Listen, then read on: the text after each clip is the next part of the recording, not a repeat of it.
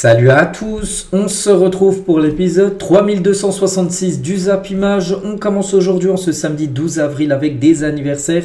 Et on commence tout d'abord avec le milieu défensif de West Ham, Guido Rodriguez. Il fête aujourd'hui ses 31 ans, bon anniversaire à lui. Ou par exemple, tiens, l'ancien arrière droit de Lens, maintenant il joue au Galatasaray, c'est Frankowski, il fête aujourd'hui ses 30 ans.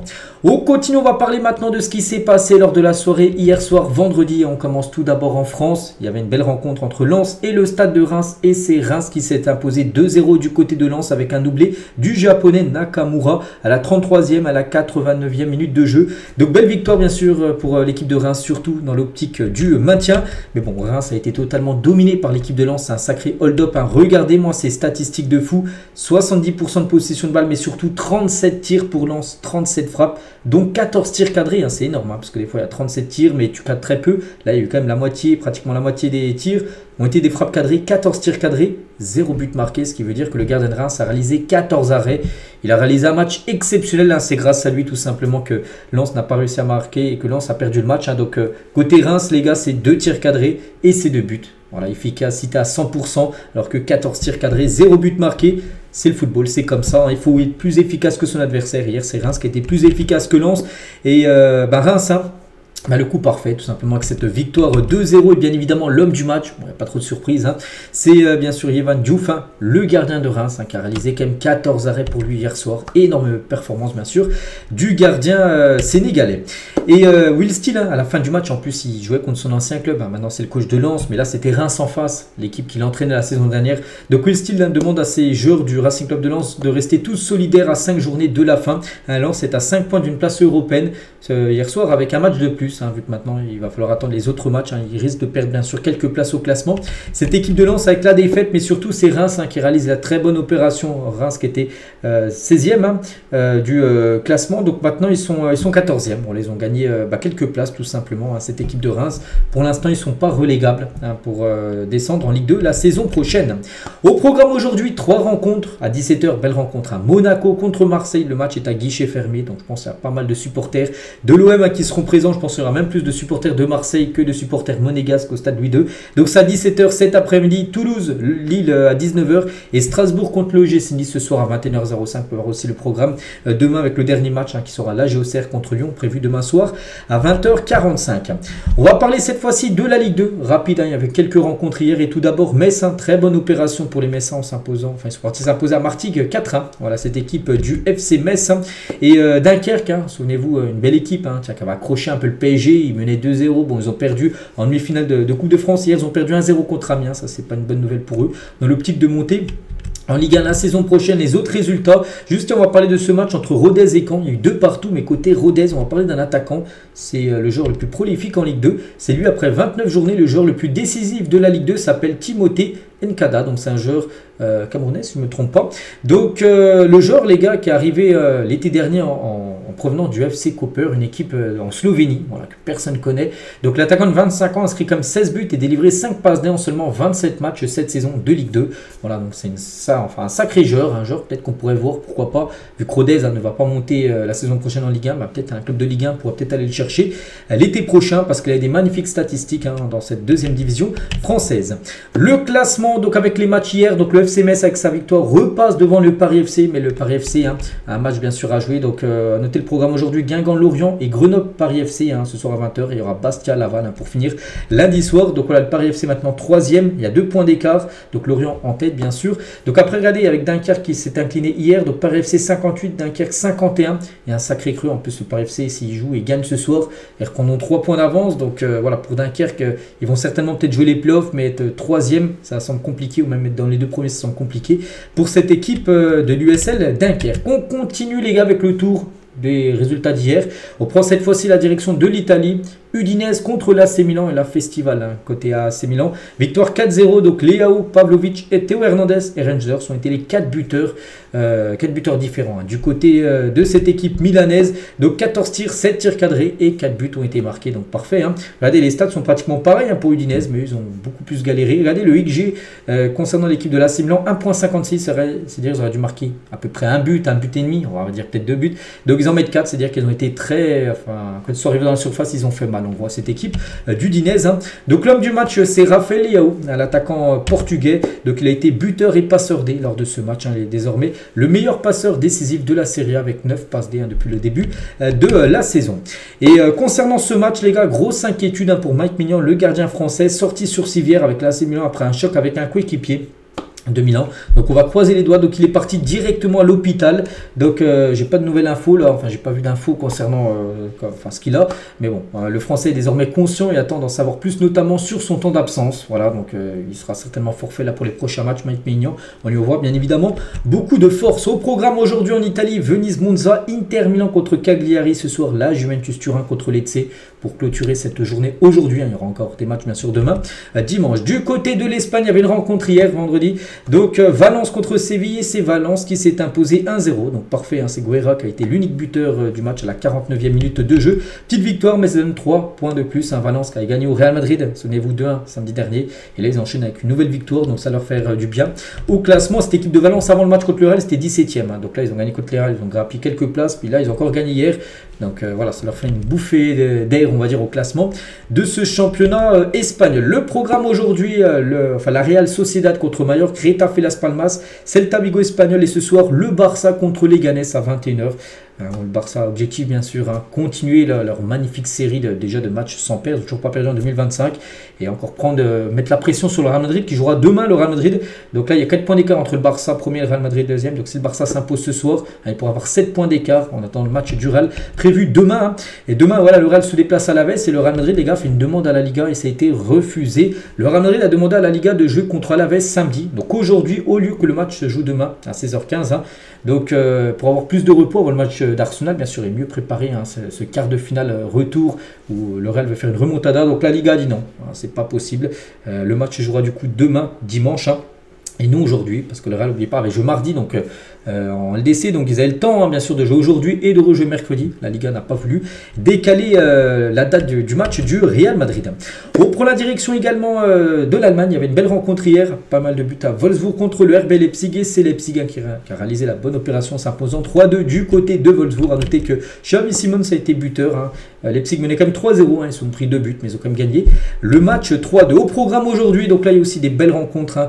Gladbach Fribourg, Leverkusen contre Union Berlin, Bochum-Augsbourg, Offenheim Mayence, Kiel contre Saint-Pauli et surtout le match du jour, c'est le classiqueur, donc le Bayern Munich contre Dortmund. Il y a 2 équipes qui ont perdu cette semaine en Ligue des Champions, donc 2 équipes voilà, qui vont vouloir faire un bon match avant leur match retour bien sûr de Champions League prévu dans quelques jours. Du côté de la Première Ligue, il n'y a pas eu de match hier, mais voilà, je vais vous montrer le programme aujourd'hui. City Crystal Palace à 13h30, Brighton Leicester, Nottingham, Everton, Southampton qui est relégué, hein, voilà, c'est sûr, ils descendent de 2e division. Ils jouent contre Aston Villa, tiens, match, Aston Villa qui prépare le match retour contre le PSG, donc déplacement chez le dernier, et Arsenal Brentford à 18h30 aujourd'hui du côté de la Première Ligue. Voilà ce qu'il y a à dire sur le match d'hier et le programme du jour. Hein. On continue avec des dates, jour pour jour, hein, donc c'était en 2016, donc il y a 9 ans, jour pour jour, Cristiano Ronaldo. C'était une nuit magique hein, pour le Real Madrid. Le Real 3, Wolfsburg 0 et Cristiano Ronaldo triplé. Voilà, 16e, 17e. En 2 minutes, il a marqué 2 buts. Et à la 77e minute de jeu, à noter que là, c'était le match retour. Au match aller, Wolfsburg s'est imposé 2-0. Donc le Real avait l'obligation de faire une remontada. La remontada a été faite grâce à Cristiano Ronaldo. Auteur d'un triplé, on verra ce que ça donnera. Mercredi, est-ce que de nouveau le Real Madrid fera une remontada? Donc là, il y avait 2 buts à remonter. Hein. Mercredi, il y en aura 3 à remonter contre l'équipe d'Arsenal. Toujours, tiens, avec les jours pour jour. Donc, il y a 8 ans, cette fois-ci, jour pour jour, hein, un certain Kylian Mbappé inscrivait un doublé à Dortmund pour qualifier l'AS Monaco en demi-finale de la Ligue des Champions. Souvenez-vous, c'était l'épopée magnifique hein, de Monaco qui avait atteint la demi-finale de cette Champions League. Donc, c'était il y a 8 ans, jour pour jour, hein, bien sûr, que Mbappé a inscrit ce doublé. Donc, une prestation qui l'a révélé aux yeux de l'Europe. C'est vraiment ce match-là. Avant peu de personnes, enfin en France, on entendait déjà parler un peu d'Mbappé, mais c'est grâce à ce match-là, il a marqué le doublé contre le Dortmund, le mur jaune, tout ça, où vraiment tout le monde a découvert le talent. Kylian Mbappé. Il y a 7 ans jour pour jour, c'est que l'on a parlé 9 ans, 8 ans, donc là il y a 7 ans jour pour jour, hein, pareil, c'était un 12 avril. L'OM battait le RB Leipzig 5-2 dans un vélodrome en fusion. Donc ce soir-là, hein, le peuple marseillais avait établi un nouveau record d'affluence, hein, plus de 61 892 spectateurs avaient été présents. Une atmosphère unique en France où Marseille avait gagné le match et surtout c'était étaient qualifiés pour les demi-finales de cette Europa League. Vous êtes allés jusqu'en finale, vous avez perdu je crois contre l'Atlético 3-0. On continue, on revient nous sur la Ligue des Champions. Cette semaine, encore quelques infos. Et officiel et sans surprise, et c'est totalement logique, Declan Rice s'est élu joueur de la semaine en Ligue des Champions. On a le choix entre lui, Kvaratskhelia, Lewandowski et Bastoni, le défenseur de l'Inter, qui fêtera son anniversaire demain. Donc c'est Declan Rice avec ses 2 magnifiques coups francs contre l'équipe du Real Madrid. Donc c'est lui qui a remporté le prix du meilleur joueur de la semaine. Donc félicitations au milieu anglais. Tiens, toujours avec Arsenal, une petite info concernant Kai Havertz, qui va être blessé jusqu'à la fin de saison. Et bon, on apprend aujourd'hui, d'après l'équipe, qu'il pourrait peut-être rejouer avec Arsenal avant la fin de saison. Normalement, il devait revenir saison prochaine. Mais en gros, son rétablissement se passe mieux que prévu. Il pourrait peut-être jouer les derniers matchs de la saison. Pourquoi pas une finale de Ligue des Champions. Ainsi, Arsenal, pour l'instant, bien parti pour se qualifier pour les demi. Donc, voilà, ils peuvent aller en finale. Bon, il y aura peut-être PSG ou Aston Villa en demi si Arsenal venait à se qualifier. Mais voilà, Kai Havertz pourrait revenir plus tôt que prévu. On va parler cette fois-ci de Robert Lewandowski. Parce qu'aujourd'hui, ça peut être un jour spécial pour lui. Il a déjà marqué 100 buts au Bayern, il avait déjà marqué aussi plus de 100, pas 100 buts pile, il a marqué plus, je sais pas, il a combien au Bayern exactement, mais il a dépassé la barre des 100 buts au Bayern à Dortmund. Et aujourd'hui, là, il a 99 du côté du Barça. Donc le Barça ce soir joue à Leganés. Donc Lewandowski, il y a moyen qu'il joue, je ne sais pas s'il sera titulaire, est-ce qu'il va faire tourner, on ne sait flics, j'en sais rien. Voilà, vu qu'il y a le match retour contre Dortmund, mais voilà, s'il marque, donc il sera à 100 buts, et ça sera quand même le 3e club différent, il aura atteint la barre des 100 buts. L'attaquant Robert Lewandowski, et toujours tiens avec Lewandowski, donc se frotte au plus grand, donc l'attaquant polonais rejoint le top 3 des joueurs ayant inscrit au moins 10 buts en une saison de Ligue des Champions à plusieurs reprises. Il a réussi cet exploit 4 fois, 4 saisons différentes où il a marqué au moins 10 buts. Messi, lui, c'est 5 fois, et Ronaldo, c'est 7 saisons différentes de Ligue des Champions, il a marqué au moins 10 buts, donc Lewandowski 4, donc il se frotte au plus grand, bien sûr, il se frotte à Messi et Cristiano Ronaldo. Et toujours tiens avec le Barça, avec Lewandowski, Rafinha et Lamine Yamal, donc la superbe affiche du FC Barcelone qui retrace le parcours incroyable du trio légendaire, donc la MSN en haut, on peut voir là son poster, et qui montre le trio actuel, donc voilà, Rafinha, Lewandowski et bien sûr Lamine Yamal, et qui peuvent réaliser le même parcours qu'en 2014-2015 où le Barça avait réalisé la Ligue des Champions, la Coupe du Roi, la Liga. Pour l'instant, le Barça peut rafler tout. La Liga, ils sont pour l'instant premiers, 4 points d'avance sur le Real. Coupe du Roi, ils sont en finale. La finale, ça sera dans 2 semaines jour pour jour. On est samedi, là, c'est pas samedi prochain, c'est le samedi d'après, le 26. Et Ligue des Champions, ils sont très bien partis pour se qualifier en demi-finale. Donc oui, ils peuvent faire comme ce qu'a fait les joueurs à l'époque. Messi, Suarez, Neymar qui avait remporté la LDC. Tiens, dans quelques semaines, ça fera 10 ans jour pour jour que le Barça a gagné sa dernière Ligue des Champions. C'est à Berlin en Allemagne, la dernière qui a été remportée contre la Juventus Turin en 2015. Et toujours tiens avec le Barça, on va parler aussi de Rafinha. Et désormais le 5e meilleur buteur brésilien de l'histoire du Barça avec 48 buts. Félicitations, il grappille place par place. Donc là, il a dépassé Ronaldo R9, 47 buts, mais sur une saison. Ronaldo, c'est qu'il a joué une saison au Barça. Il a marqué 47 buts, il a fait une saison de fou. Bon, Rafinha est à 48. Bon, après, maintenant, il va falloir marquer pas mal. Ronaldinho, il a 94. Neymar, il a 105. Evaristo 105 et le recordman c'est Rivaldo qui a marqué 130 buts en tant que joueur brésilien du côté du FC Barcelone. Et toujours tiens du côté du FC Barcelone le trio d'attaque, donc Lewandowski 40, Rafinha 28 et Lamine Yamal 14. En tout ça fait 82 buts inscrits cette saison. Et c'est le trio le plus prolifique. On peut voir chaque trio les plus prolifiques d'Europe. Donc là le top 6. Donc bien sûr c'est le trio du Barça 82. Après il y a le trio du Bayern, Harry Kane, Musiala, Olysée. Trio du PSG, il y a Dembélé 32, Barcola 18 et Ramos 14, 64 buts pour les trois. On peut voir aussi le trio du Real, Liverpool, tout ça. Donc voilà, le trio du Barça est loin devant, bien sûr, loin à tous, parce que là c'est très serré. Puis là on passe de 65 à 82, bien évidemment. Et si on compare voilà cette saison-là du Barça, allez, le trio avec les meilleurs trios de l'histoire du FC Barcelone, donc ils sont là, bien sûr en bas, mais la saison n'est pas finie, 82. Donc là, il y a le trio donc Messi, Villa, Pedro en 2010-2011, 98. On peut voir chaque jour, il a marqué combien de buts. Par exemple, Messi, 53. Donc là, 100, 110, 122, le recordman à 2015-2016. Suarez, 59 buts. Messi, 41. Et Neymar, 31. 131 buts. Bon, ils ne reviendront pas sur ça. Il leur reste 50 buts à marquer. À part s'ils te mettent des 7-8 buts par match. Mais ça m'étonnerait. Mais voilà, il y a peut-être moyen qu'ils rentrent dans le top 3 par rapport à cette saison. Le trio, là, Lewandowski, Rafinha et Lamine Yamal. On continue les gars, on va parler de la Coupe du Monde des clubs qui va commencer dans à peu près 3 mois. Et il reste très peu de billets pour la finale de la Coupe du Monde des clubs dans le New Jersey. Donc la finale, les gars, se déroulera dans le stade de New York. Le stade où se déroulera également la finale de la Coupe du Monde l'année suivante. Voilà, les deux finales Coupe du Monde des clubs et Coupe du Monde tout simplement des pays. Ça sera dans le même stade à New York. Hein. Donc le billet les gars, le moins cher c'est 600 € pour la finale de la Coupe du Monde des clubs. Et ça monte jusqu'à 8000 € la place la plus chère dans le stade. Hein, pour suivre bien sûr cette finale de la Coupe du Monde des clubs qui aura lieu aux alentours du 12 ou 13 juillet. Il y en a à peu près là, quelques mois, 4 mois. Hein. Donc voilà, concernant le prix des places qui sera bien évidemment très très cher. On continue, on revient nous sur la Champions League. Regardez là ce tableau, c'est 8 équipes. Donc en gros c'est les 8 équipes qui ont joué les quarts de finale. Et on peut voir le nombre de kilomètres parcourus pour chaque équipe. Donc c'est les joueurs de l'Inter qui ont le plus couru, 125 km. Ils ont joué au Bayern. De toute façon ça a beaucoup couru Inter-Bayern parce que c'est les deux équipes qui ont le plus couru. Le Barça a couru beaucoup. L'équipe qui a le moins couru c'est le Real Madrid, 101 km voilà, en tout. Donc le PSG a quand même peu couru. Mais malgré ça, regardez, le PSG, c'est quand même l'équipe qui s'est imposée. Le Real a perdu, Aston Villa a perdu, Dortmund s'est incliné. Voilà, c'est que des équipes qui ont perdu, qui ont couru moins, alors que le PSG a pas trop couru, on va dire, par rapport aux autres équipes, mais Paris a gagné. Parce que tellement ils ont de la possession de balle, tout simplement, le PSG. Donc c'est plutôt les adversaires qui ont couru, bien sûr. L'équipe d'Aston Villa qui a un peu plus couru que le Paris Saint-Germain. Et du côté du PSG, il y a un joueur qui fait beaucoup courir ses adversaires, c'est Vitinha. Quel joueur, ce Vitinha, les gars. Le PSG aussi est tellement bon parce qu'il y a ce milieu de terrain avec son collègue Neves et même Fabien Ruiz, qu'il ne faut pas sous-estimer, les gars. Le milieu du terrain de PSG est exceptionnel. Et là, la carte voilà, de Vitinha face à Aston Villa, 153 passes réussies, je ne sais pas si vous vous rendez compte, un record pour un joueur du PSG en Champions League et 97,4% de passes réussies. Je veux dire, sur 100 passes, il en réussit comme 97, seulement 2 ou 3 loupés. Voilà, tu peux en louper, tu fais toujours des erreurs, mais en louper seulement 2 ou 3 sur 100 passes tentées. C'est quand même exceptionnel, bien sûr. Le match de Vitinha, il ne fait pas ça que sur ce match-là, il le fait quasiment tous les week-ends à chaque match de Ligue des Champions. Quel joueur, ce Vitinha, vraiment un joueur que je kiffe énormément. Et toujours avec Vitinha, et on le félicite parce que voilà, félicitations à Vitinha et à sa compagne pour la naissance de leur petite fille, Madalena. Elle est née le 10, il y a 2 jours. Voilà, donc il a publié ça sur ses réseaux sociaux. Donc félicitations bien sûr à Vitinha qui actuellement c'est son prime de sa vie, les gars. Il est très fort dans le foot. Il vient d'avoir sa première fille, donc parfait bien sûr pour le joueur portugais. On va parler cette fois-ci de Presnel Kimpembe. Hier j'ai dit que Kimpembe, pour garder le rythme, il a demandé à jouer avec le groupe Espoir du Paris Saint-Germain, qui jouait hier, c'était hier vendredi à 13 h contre Nîmes. Et malheureux, il n'a pas fait un super match. Donc malheureux avec les espoirs du PSG face à Nîmes, le Parisien a concédé un penalty avant de céder sa place un peu plus tard dans le match. Donc voilà, déjà ça s'est fini sur un score 2 partout.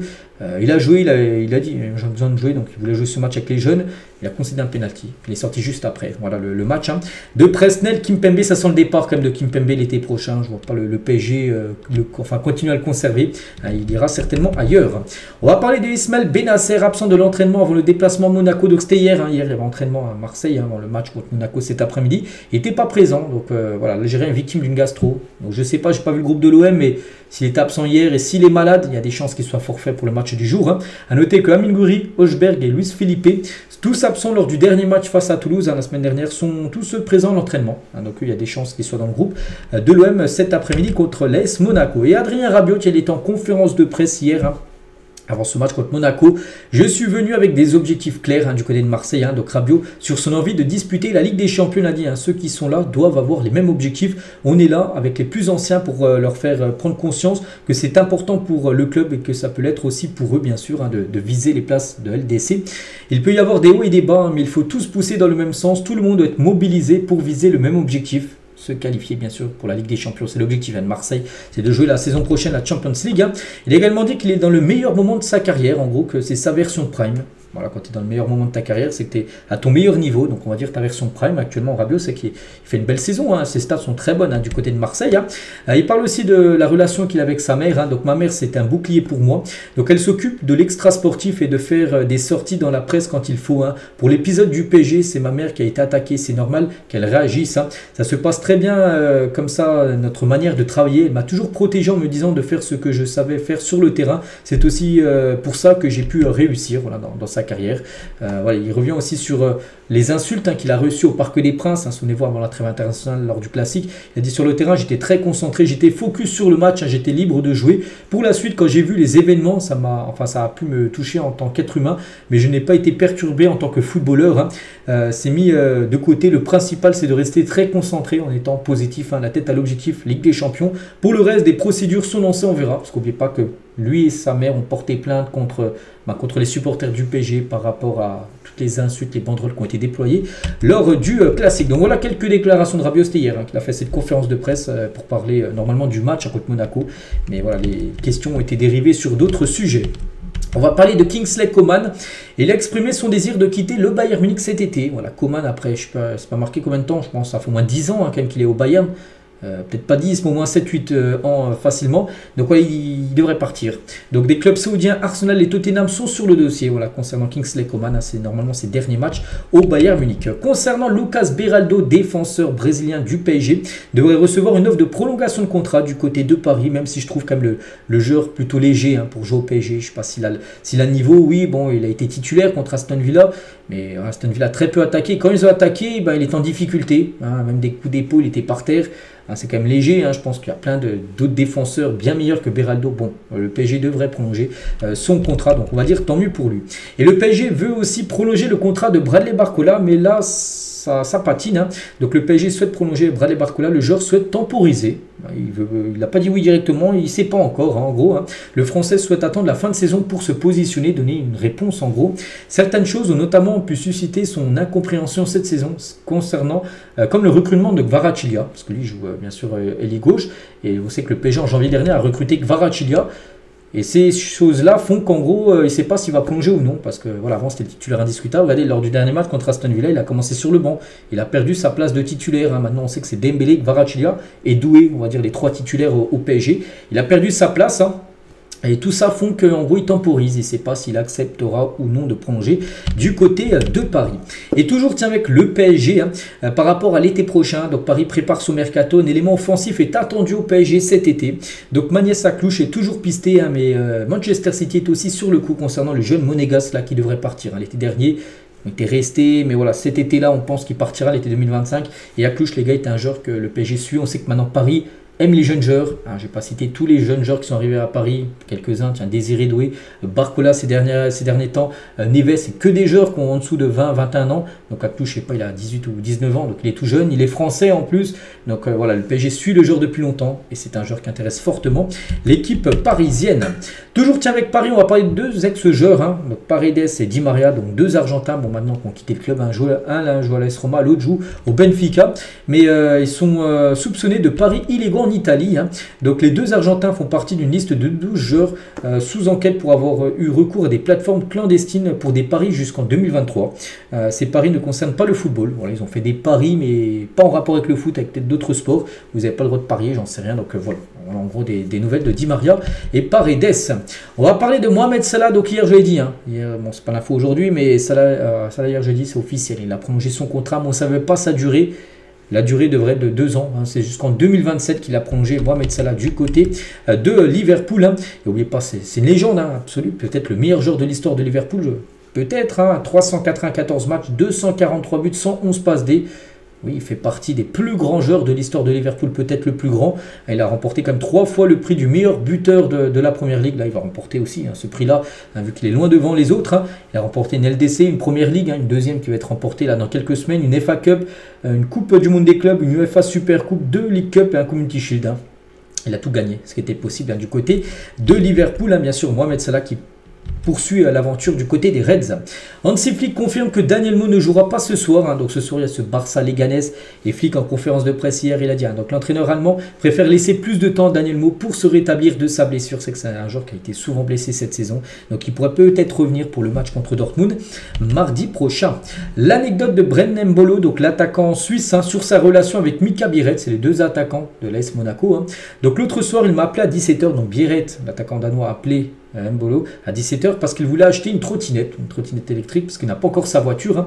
Il m'a dit tu peux m'accompagner à Carrefour. Je lui ai dit oui et ma femme m'a dit mais vous êtes bizarres tous les deux, vous êtes deux mecs qui allaient chercher une trottinette à 17h. Donc j'ai pris mon fils et on y allait. Voilà, donc une petite anecdote concernant les deux attaquants de l'AS Monaco.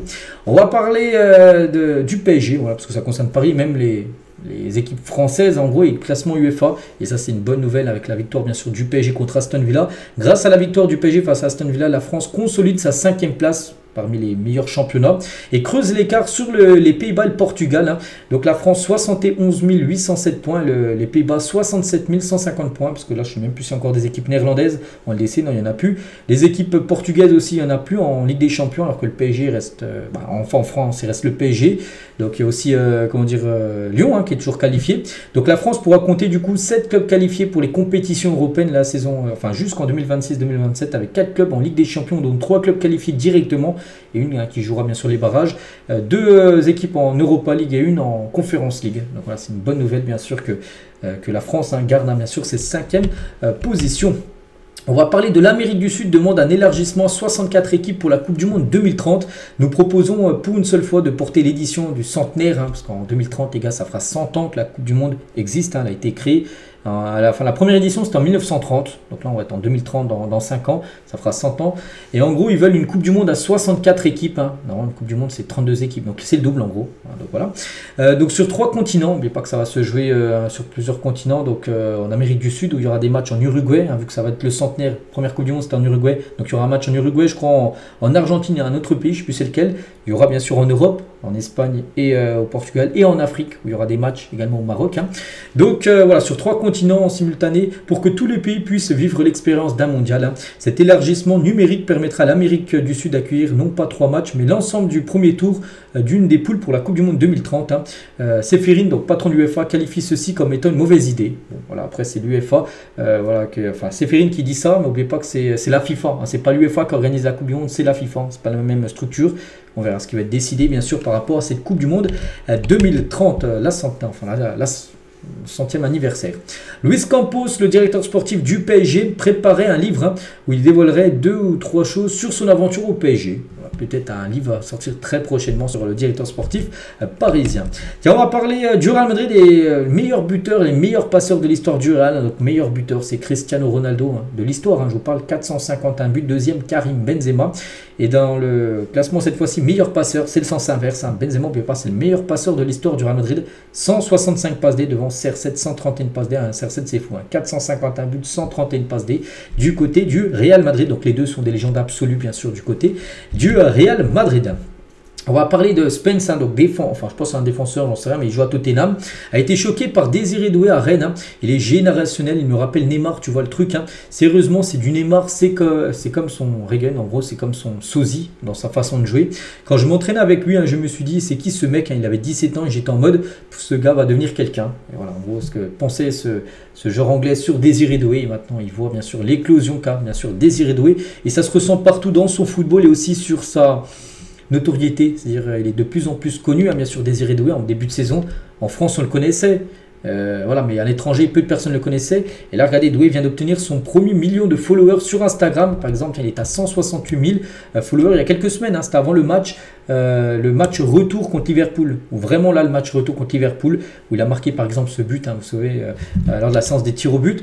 Et puis après les matchs qui ont enchaîné aussi, le match contre Aston Villa, il a marqué ce sublime but barre rentrante. Et bien tout ça, ça l'a fait gagner beaucoup de followers. Il est à 1 million. Il a gagné pratiquement 900 000 followers en l'espace de quelques semaines.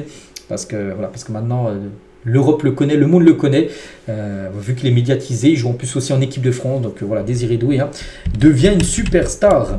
On va parler d'Oliver Kahn. Hein, annonce avoir transmis 30 millions d'euros pour le rachat des Girondins de Bordeaux. Parce que lui veut racheter Bordeaux. C'est que Bordeaux a une situation très compliquée. Donc il a dit. Hein, il veut sauver les Girondins de Bordeaux et faire revenir le club en Ligue 1. Actuellement, son National 2. Hein, il n'est pas l'équipe de Bordeaux. Donc un plan de rachat de quelques 30 millions d'euros a été proposé par l'ex-gardien et président du Bayern Munich. Hein. C'est un club avec une telle histoire, un tel passé. Il y a également une base de supporters incroyablement passionnés, bien sûr. Hein. Donc, il suffit de regarder l'affluence au stade alors qu'ils sont en 4e division. C'est tout simplement énorme. Hein. C'est vrai qu'ils jouent avec je ne sais pas combien de supporters. Il y a beaucoup de supporters bordelais qui les suivent en National 2. Donc, tout ça font qu'il veut racheter voilà, cette équipe et les faire remonter, en Ligue 1, où devraient être bien sûr les Girondins de Bordeaux. N'oubliez pas que c'est Gérard Lopez, hein, le président, qui a mis le club dans le rouge, en espérant voilà, que pour les supporters, que Oliver Kahn puisse racheter bien sûr cette équipe de Bordeaux pour les sauver. Hansi Flick a un accord avec le FC Barcelone pour prolonger son contrat jusqu'en 2027. On sait que Flick a fait du taf énorme du côté du FC Barcelone. Donc lui, il est en fin de contrat dans un an, en 2026. Hein, il avait signé donc l'été dernier pour 2 ans, donc jusqu'en 2026.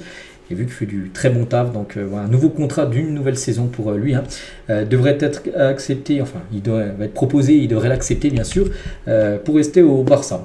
Concernant Messi aussi, donc l'Inter Miami est sur le point de prolonger le contrat de Lionel Messi. Voilà, parce que la fin de son contrat approche et Messi devrait prolonger d'une saison supplémentaire du côté de cette équipe de l'Inter Miami et surtout le joueur argentin. Donc va poursuivre son aventure aux États-Unis et inaugurera le nouveau stade de l'Inter Miami, puisque là l'Inter Miami est en train de construire un nouveau stade, il va être bientôt fini, qui verra le jour en 2026, donc l'année prochaine.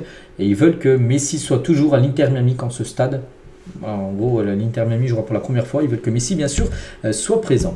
On va parler de André Onana. Pourrait ne pas jouer ce week-end. On sait qu'il a encore vécu un match très compliqué contre Lyon. Voilà, donc avant-hier. Donc Ruben Amorim réfléchit à titulariser Balindir, donc le gardien numéro 2. C'est un gardien turc, un gardien numéro 2 de Manchester.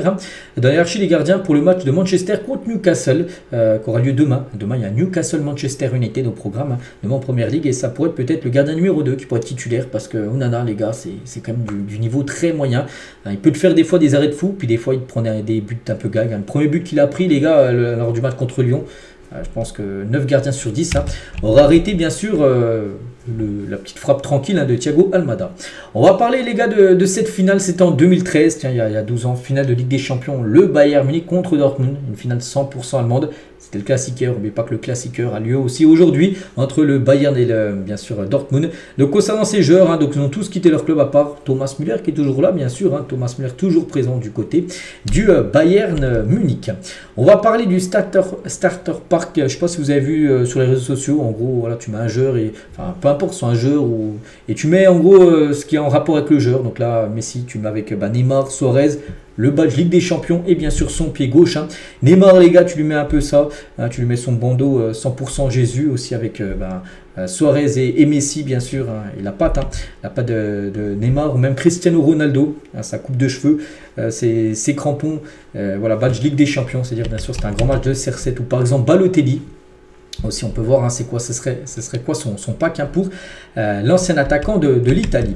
On va parler de Ryan Cherki par rapport à l'Algérie ou tiens l'Italie. On parlait juste avant parce qu'il peut jouer aussi pour l'Algérie, l'Italie et la France. Donc pour l'instant avec l'équipe de France Esport et zone mixte après le match contre Manchester United. Quelqu'un lui a dit alors tu vas prendre la France, l'Algérie. L'Algérie il a dit chaque chose en son temps. Il ne sait pas encore pour qui il va jouer plus tard en sélection nationale. Donc moi j'espère qu'il restera en France parce que je pense qu'il est très proche des portes de l'équipe de France. Deschamps normalement devrait l'appeler, enfin je pense que Deschamps s'il n'est pas bête l'appellera lors du prochain rassemblement parce qu'il le mérite totalement. Ryan Cherki. Bruno Lage, actuel entraîneur du Benfica, réclame 7 millions d'euros à John Textor.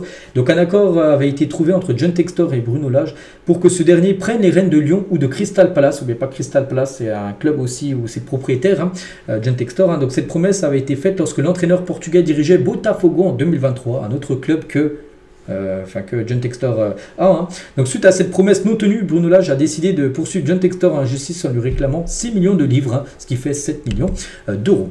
Et on finit les gars cet épisode aujourd'hui avec cette question: qui est le meilleur 2004, un joueur né lors de l'année 2004 au monde, donc il y a quand même des très bons joueurs qui sont nés lors de l'année 2004, Gavi, Neves, Savigno, Samu, Kusenov, Garnacho, Gitens ou même André Santos, qui est un joueur de Strasbourg, mais très bon joueur, qui devrait aller certainement dans un grand club l'été prochain, il est prêté par Chelsea.